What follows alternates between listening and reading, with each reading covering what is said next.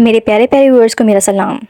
एक पतीला लेंगे, उसमें चिकन ऐड कर दें, इसे हल्का सा फ्राई कर लें। फ्राई करने का यहाँ पे ये मकसद है कि गोश्त की जो हीक है वो मर जाए।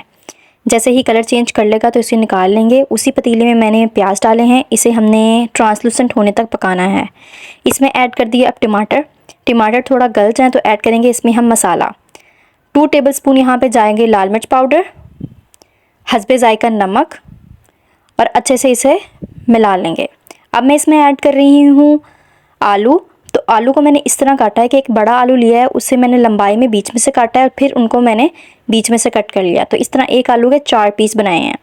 अब आलू जो है डालेंगे पतीले में और अच्छे से इसे मिक्स करेंगे मसाले के साथ और थोड़ी देर ढककर पकने देंगे।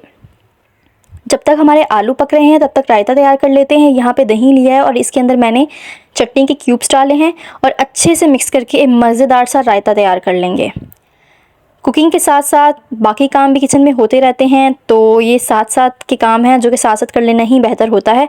इसमें ऐड करूँगी मैं नेशनल का सिंधी बिरयानी मसाला।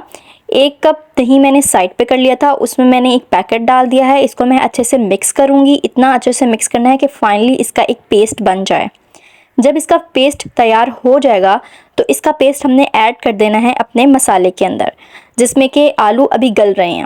दूसरी तरफ यहीं आपको मैं चावल बॉईल करने का तरीका भी बताती चलूँ। एक मैंने पतीला लिया है, उसमें मैंने हस्बे ज़रूरत पानी डाल दिया है। जितने चावल हो उसके अकॉर्डिंग उससे थोड़ा ज़्यादा ही पानी डालना है आपने, ठीक है।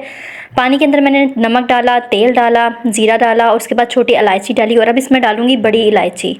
इससे चावलों में खुशबू और फ्लेवर बहुत अच्छा आता है। ये पक जाएगा, चावल डालेंगे और चावल हमारे बॉईल हो जाएंगे।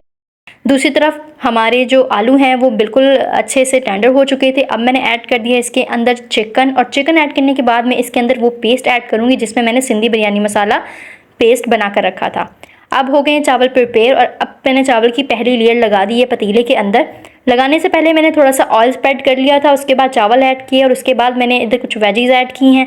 आप अपनी चॉइस के मुताबिक कोई भी वेजी ऐड कर सकते हैं। और उसके बाद मैंने गोश्त की लेयर लगा दी है, फिर मैंने एक चावल की लेयर लगाई है, फिर गोश्त की लेयर लगाई है और मैंने ढककर इसको दम दे दिया है।